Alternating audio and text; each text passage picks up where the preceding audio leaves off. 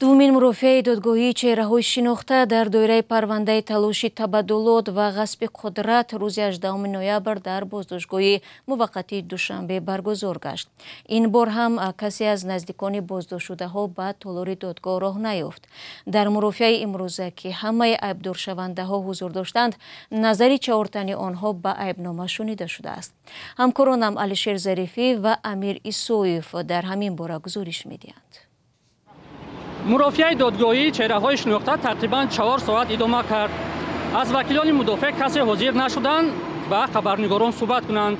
Як манбаи огоҳ аз қазия дар суҳбат ба радиои Озодӣ бо шарти фош нашудани номаш гуфт ки дар мурофиаи додгоҳӣ Амрохон Зарифӣ, собиқ вазири корҳои хориҷии Тоҷикистон, гуфтааст ки ӯ ба давлат хиёнат накардааст, аммо тасдиқ кардааст ки дар шабакаҳои иҷтимоӣ бо имзои мустаъор менавишт, чун бо номи худаш ҳамчун назари собиқ вазири корҳои хориҷии Тоҷикистон фаҳмида мешуд.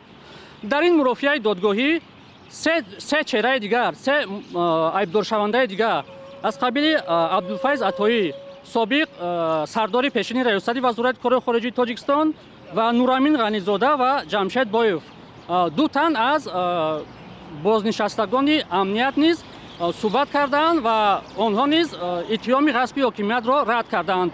ҷузъиёти бештари суҳбати онҳо маълум нест ва ба парванда мури махфӣ зада шудааст ва мақомоти додгоҳӣ низ чизе намегӯянд.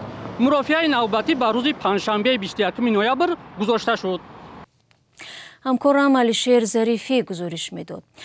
дар назар аст дар мурофиаи баъдӣ назари Саидҷафар Усмонзода, раиси пешини ҳизби Демократ ва вакили собиқи парлумон, Акбаршоҳ Искандаров, раиси собиқи Шӯрои олии Тоҷикистон, Аҳмадшоҳ Комилзода, рӯзноманигор ва муовини раиси ҳизби Демократ ва Шукирҷон Ҳакимов, ҳуқуқдон ва муовини аввали раиси ҳизби Социал-демократи Тоҷикистон ба айбномаи худ шунида шавад ва айбномаашонро посух бигӯянд.